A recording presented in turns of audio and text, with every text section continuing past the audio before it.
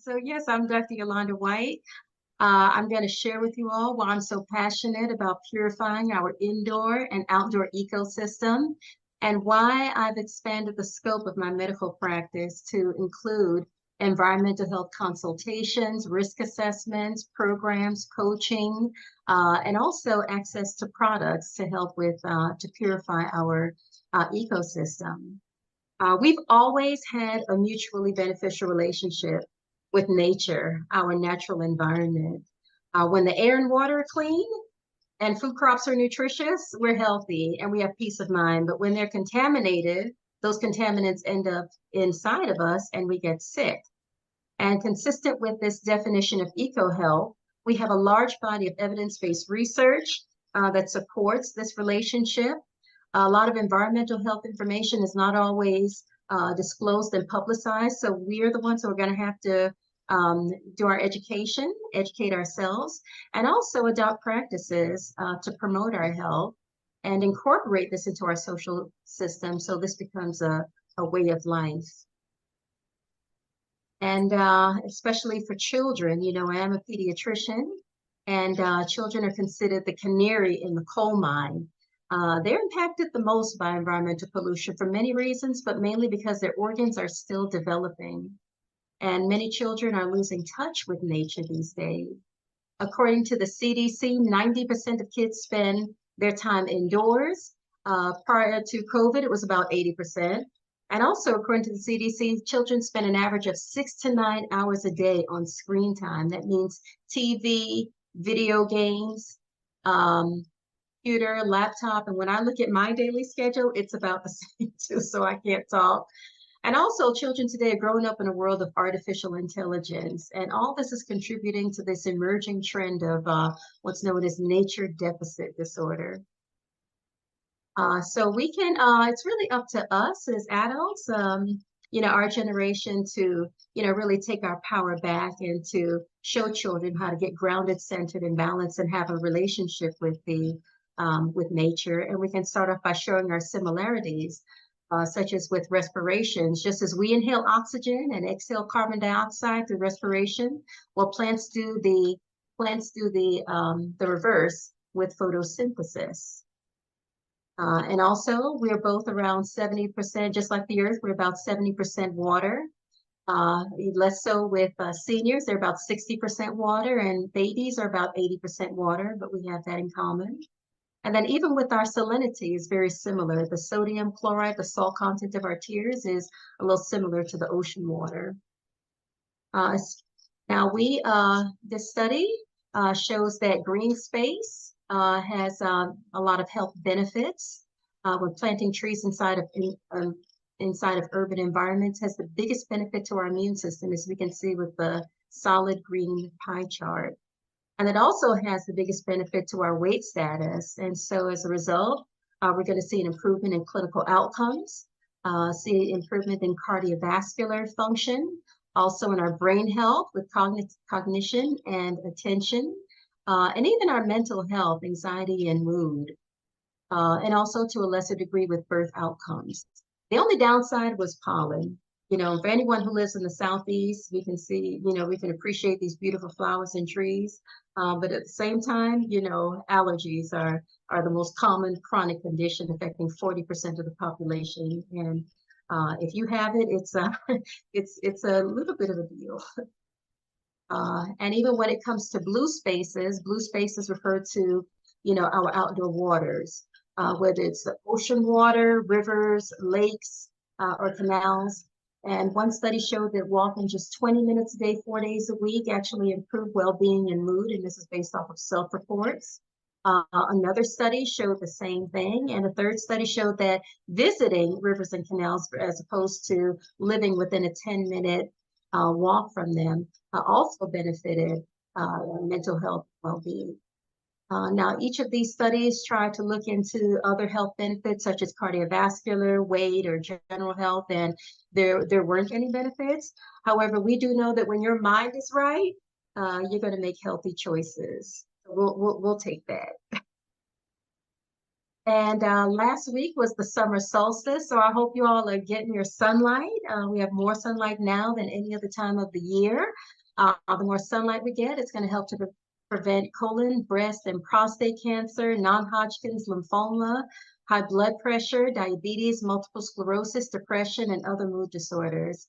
For so long, we've attributed these health benefits to vitamin D, but now we know that serotonin and melatonin also play a role. Even sunlight's effect on their circadian system also plays a role. Immunomodulation is the activation of our immune system. And who would know that nitric oxide is made in the skin from the sun?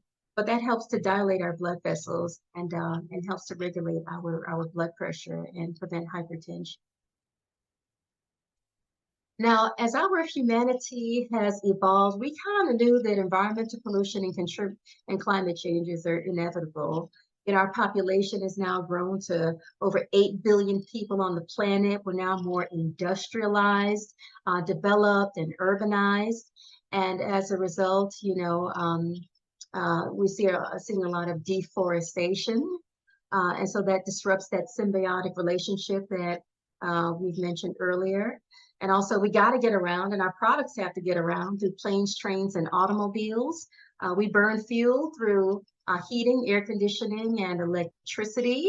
And also, of all our food processes and agricultural processes, beef, livestock contributes the most to pollution and also to the climate change process. And that's mainly because cows consume a lot of grass and they pass a lot of gas. And that methane gas contributes to climate change. It's a very potent greenhouse gas. And as we've seen with all the Canadian wildfires causing smog in New York City, and even the recent trail derailment in East Palestine, natural and man-made disaster is always going to be here. But if we stay ready, we don't have to get ready. And also, as long as we're ready, that can help to cushion the blow from pollution. Of all the air pollutants, of all the pollutants out there, air pollutants is the most concerning because 90% of the world's population breathes unsafe air. The EPA does the best it can to regulate about 187 air pollutants, but it's an uphill battle. The most common ones that we're exposed to are ozone and particulate matter. Most people are shocked to find out that heavy metals like lead and mercury are also in the air. Elemental carbon comes from our diesel trucks. Many people live near chemical plants and don't even know it. Right now, they're trying to regulate ethylene oxide coming out of these plants. Along with the pollution comes greenhouse gases, which trap in heat and contribute to the climate crisis. And the health impacts that we're seeing are very similar to the ones that we see with smoking. So therefore, it's going to affect our lungs the most, causing asthma exacerbations in the young kids and COPD in seniors. A lot of people are walking around with reduced lung function and don't even know it. Some people think it's normal to walk up steps or walk up a hill and have difficulty breathing. Some people think it's normal for their to go to their lungs, or think it's normal for colds to last, 2 and 3 weeks. But in fact, these can be early signs of asthma. I was shocked to find out during my research for this presentation that air pollution can even cause a heart attack within an hour. It can lead to stroke, any type of cancer. We have to protect our brain health, everyone. We're seeing more Alzheimer's. The youngest case of Alzheimer's was in a 19-year-old. In pediatrics, we see a lot of autism in kids these days. Autism is now seen in 1 in 36 children. Every time we follow these statistics, it gets worse.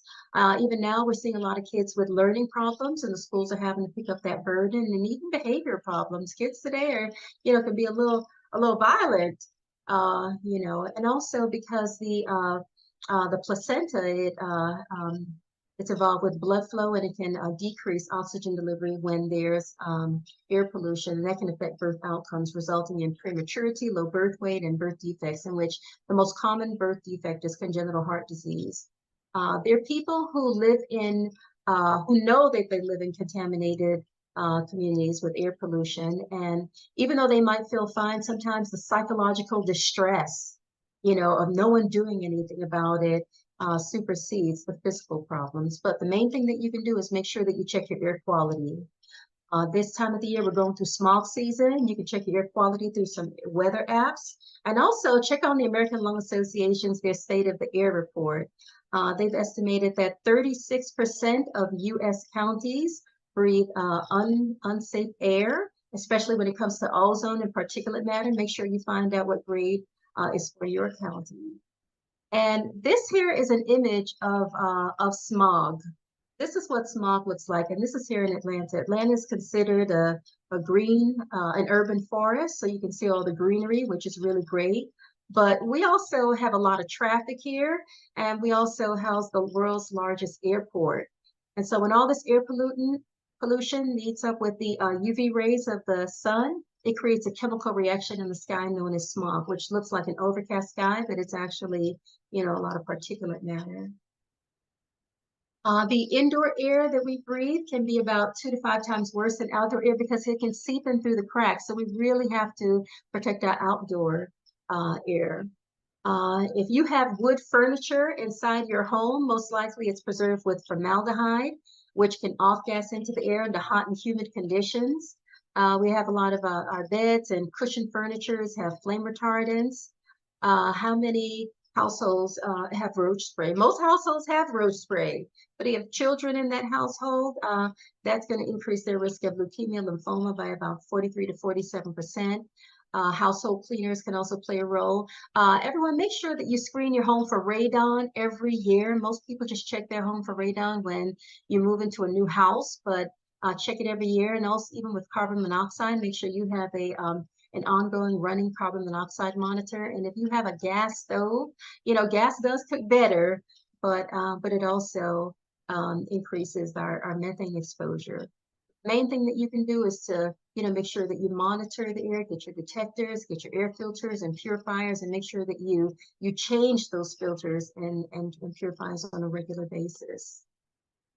When it comes to our drinking water, I've traveled around the world and I can say that, if push came to shove, I would drink our drinking water that we have here. So it's not that bad, but it can be better.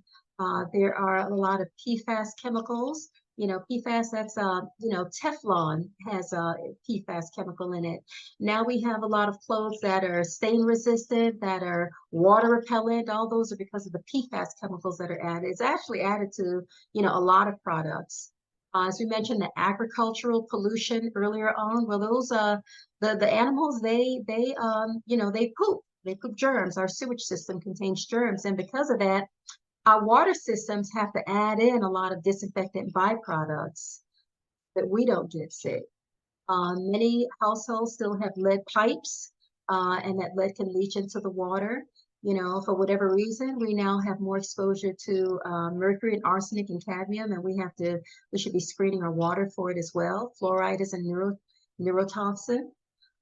Agricultural runoff contains a lot of nitrates, which can affect us. And, according to the CDC, 1 in 2 Americans, including children, are on a daily pharmaceutical. And this includes birth control pills and thyroid hormones.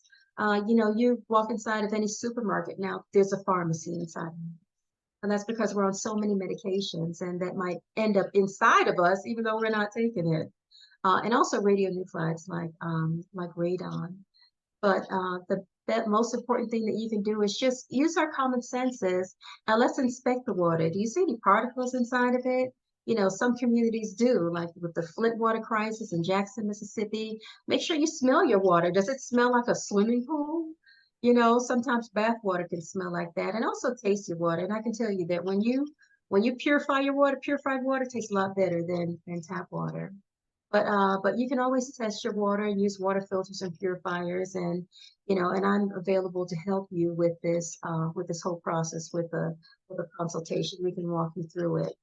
But now one of the most important things you can do is to assess your water quality by accessing your city's water quality report, and it's also known as a consumer confidence report. Now our foods, I was very proud and happy to participate in a recent study last year by Healthy Babies, Bright Futures. And it was concerned about our baby foods being contaminated with heavy metals. And this study showed that 95% of baby foods are contaminated. And so most parents would say, okay, well, I'll just make my own food at home, you know.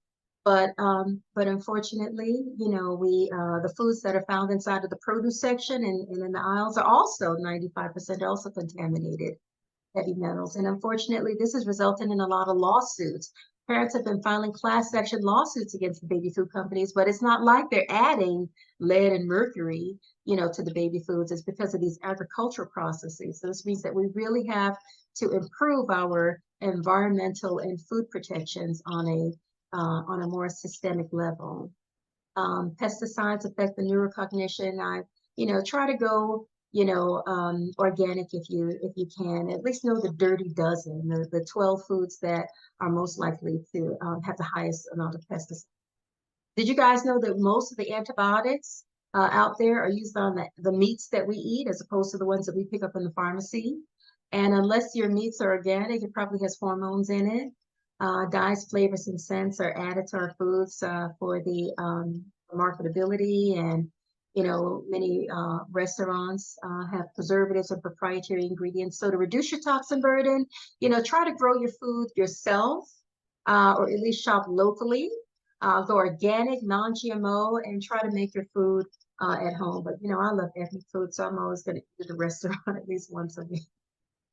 But either way, these environmental pollutants, they can either increase the risk of disease, they can exacerbate pre-existing disease. You know, some people question, why are they getting sick? Why is their condition progressing when they're following all the health recommendations? You know, sometimes these can create clinical conundrums where no one knows what's going on. You've had symptoms for so long, you go to your doctor and all the labs and the studies come back normal. Or you get an allergy test for your severe allergies, only to find out that nope, you're not sensitive to dust, pollen, mold, cat, dog. Well, guess what? It might be pollution. But most people who are affected by pollution, they experience vague, nondescript symptoms like headaches, chronic headaches, or fatigue, you know, or nosebleeds, you know, common things that we just might attribute to anything else. But, you know, now we have to start thinking about, you know, the role of pollution. And so if you know where the source of pollution is, the best thing you can do is to just avoid it if you can, or at least minimize your exposure. But, you know, we still go through that process of monitoring, testing, filtering, purifying. And I'm here to walk you all through that process, you know, with the consultation. And we have to purchase products. But now we don't just buy products based on the cost. We don't just buy products, you know, based on what's on sale or what we're used to buying. We read the ingredients. Now we research these products. Now we have informed decision making. Um, and also make sure that we optimize the healthcare system. So this means go to the doctor. Make sure you have a relationship with your primary care doctor. Make sure you know how to do self-exams. You know, for the ladies, do your breast exams each month. For the fellas, your testicular exams. Make sure you get your annual checkups done with your preventive screenings. Are you getting your colonoscopy, your pap smear, your mammograms? You know, are you getting your baseline labs done and other diagnostics? You know, make sure that we do, because early detection saves lives.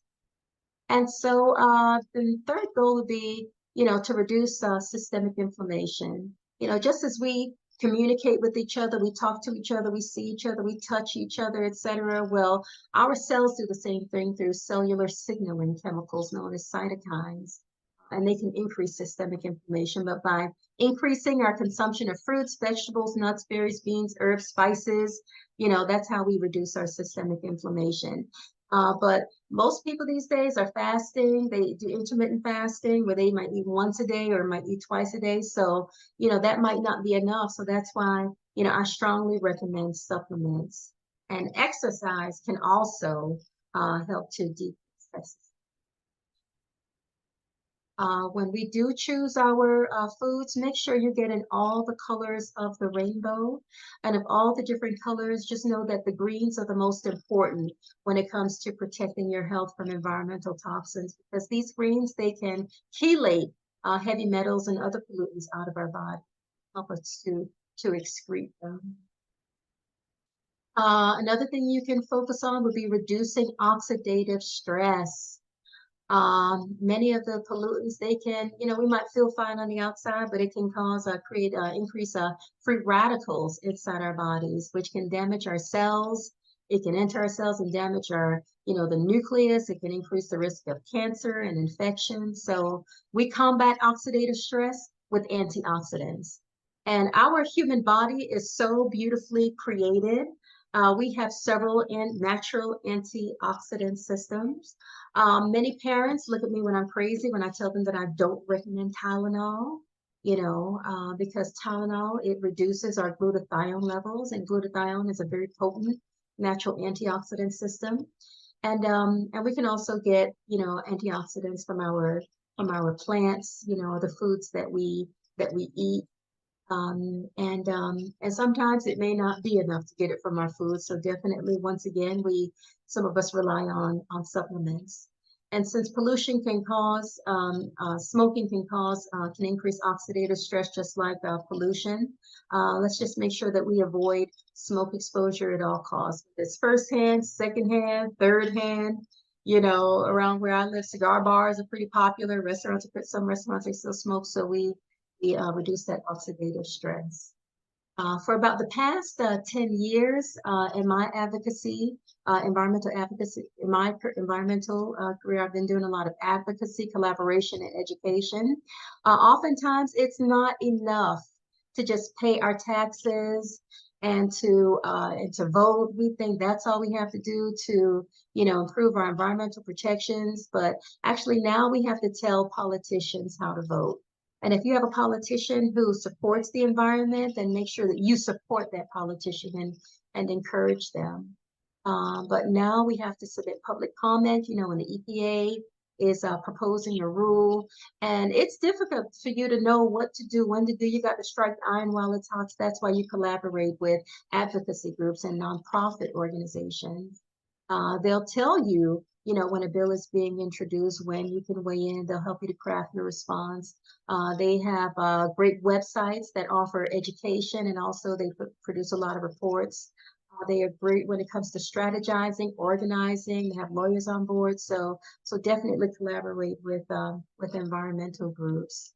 And if you need any other support, just know that I'm here, Dr. Yolanda White. I offer environmental health consultations to help you live a more eco-healthy lifestyle. I offer the one-to-one coaching for those who need more intensive support. Also environmental health programs and access to environmental and any health products.